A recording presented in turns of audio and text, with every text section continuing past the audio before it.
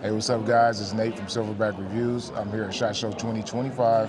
I got Michael Cargill here, and we're gonna have a little conversation. Tell you some good things. Absolutely, man. It's nice being here with you. Your channel's growing fast. I was taking a look at it. I'm very impressed. Man, it's awesome. So my name is Michael Cargill. I'm the owner of Central Texas Gun Works, which is a gun store in Austin, Texas. We're O7 FFL, Federal Firearms License Dealer, manufacturer, SOT, and all that stuff. Teach classes and all that good kind of stuff. I'm the one that actually brought the bump stock lawsuit. The bump stock case the bump stock is a device that you attach to a rifle to be able to fire, faster. And so allegedly, a madman used that in Las Vegas at a shooting to shoot actual concert goers, here in Las Vegas. So the government, which at the time was the Trump administration, decided to ban bump stocks by going through the ATF. And so, me being the person that I am, saying, hey, whoa, you don't have the authority to do that. Absolutely not. If you want to change a law, you're going to have to go through Congress.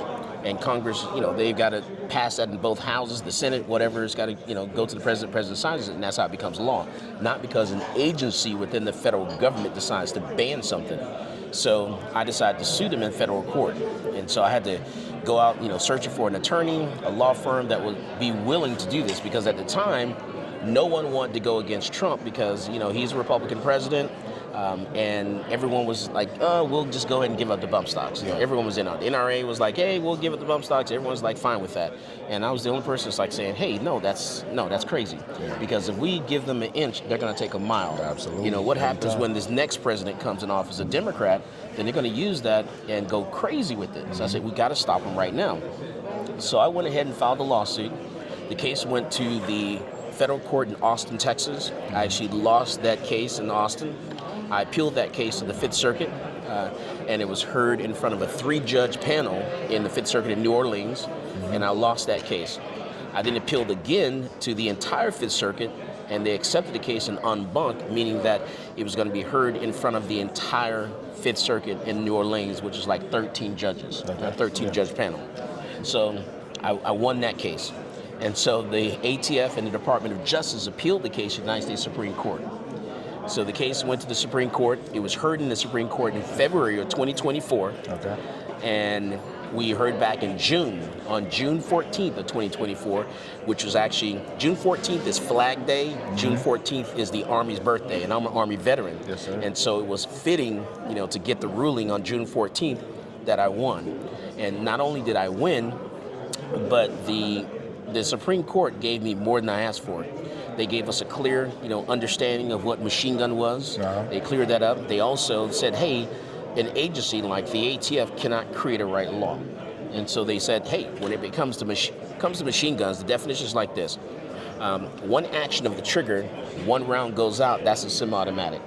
One action of the trigger, more than one round goes out, that's that's going to be a machine gun.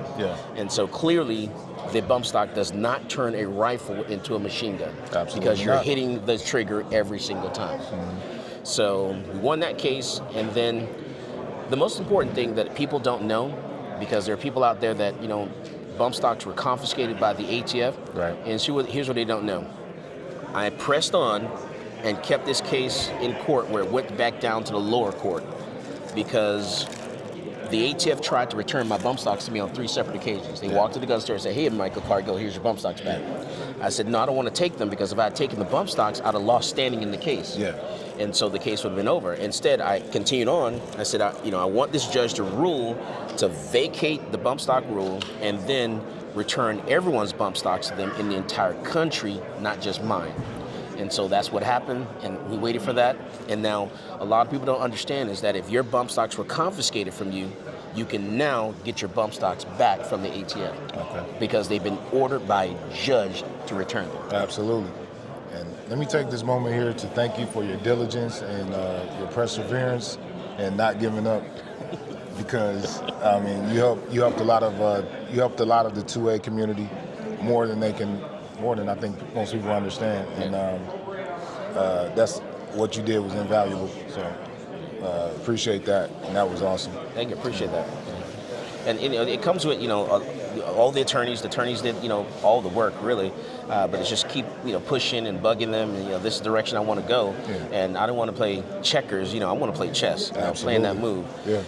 And this other case that we're working on, which came to an end, like a week or so ago, and that was the mom and pop gun stores. Okay. And what it is the Biden administration came down with a zero tolerance policy for federal firearms licensed dealers. Yeah. They said, hey, if you make any mistakes, we're going to come after you and we're going to revoke your license and shut you down. So, you walk in the gun store, you fill out the 4473, the firearms transaction record. There are 100 ways to make mistakes on that form. People misspell their name, Well, what people were doing was making mistakes in that form. For example, putting in the box that says county, put it in like country, the USA, and they're supposed to put county. It happens all the time. And so the ATF comes in, they conduct an inspection, and then they start revoking their licenses because of that one little small mistake. Yeah. And I said, man, I got phone calls from gun stores in California, all over the place. They heard that I was involved in the bump stock lawsuit. They said, hey, can you help us with this? And so I got with another law firm, which is Texas Public Policy Foundation, and we filed a lawsuit against the ATF to protect all the mom and pop gun stores in the country. It wasn't the fact that they walked into my store, and did an inspection and found any mistakes. It wasn't that. It was the fact that I wanted to be, proactive. I said, it hasn't happened to me, but it can happen to me, and it's happened to other people. So, I got with this attorney. We filed a lawsuit against the ATF. Now, after the bump stock case, we finished that. We then turned around and focused our attention on the mom and pop gun stores. So we asked the judge in that case to give us a summary judgment, because the ATF was clearly overstepping their authority because of the bump stock case, the Cargill case. And so, and this was the same judge, by the way. So he signaled that he was going to agree to the summary judgment. So the Biden administration decided to reverse their policy. They didn't want to take another loss before he walked out of office, so they reversed the policy, went back to the original policy, and left the mom and pop gun stores alone. Absolutely. And so we won that case. And I want to personally thank you, because I'm a FFL, and I do know how easy it is for a customer to make a mistake on the form, put today's date in the birth date or something, all of that stuff. It's very easy, and it's very mistakes common. happens all the time. It's very common. And personally, I want to thank you again for doing that, man. Man, yeah. So, man, I want to thank you for that. Once again, your perseverance and your diligence, and holding them up to and making them the government accountable. I appreciate that. A lot of people don't know that when it comes to all these different cases, there are all different types of people that are involved in these cases. You got a young lady that's in Chicago that was responsible for suing, taking a case up to the Chicago Supreme Court, where she won to be able to open up a gun store in Chicago. And she's a black female. So there's so many different people in the black community that are doing these things. A lot of people don't understand. They think guns are just for the white community or just for certain people, and they're not. They're for everyone. And we're all involved in this. I want to make sure that I take care. My concern is one of my family members get pulled over by police, and they have something in their vehicle that's a part or piece that the ATF has decided to ban. They weren't up to date on the laws, weren't paying attention to the fact that the ATF created a rule to turn them into a felon. They get pulled over by police. The police search that vehicle, find that part or piece. They lose their Second Amendment right and their freedom forever. Yeah. And I say, because certain people are going to be targeted by law enforcement in certain areas. There are areas that are over-policed, and so that's one thing that concerned me. And I want to make sure that I take care, of my community as well, and everyone's community. So it starts right there. That's the base and that's the foundation. Yeah. Any other things on the horizon, or? Man, we gotta keep forward right now, because now so there's a pro 2A president that's back in office again.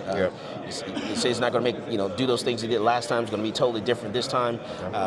We got The Republicans control the House, the Senate.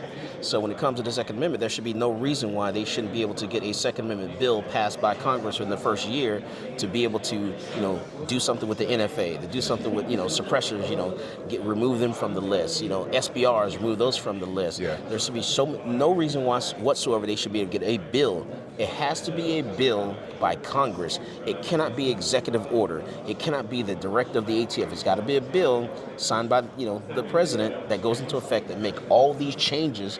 And they got less than 2 years to make this stuff happen, because after 2 years, you're going to have the possibility of them losing the House and the Senate, and then it's going to be a stalemate, and then we're done. Absolutely. So now's the time, pedal to the metal, let's mash the gas, and let's move forward. Now it's time to really do the work. How can we, the people, take part and do our part? Just follow and support, and contact your two U.S. senators in your state.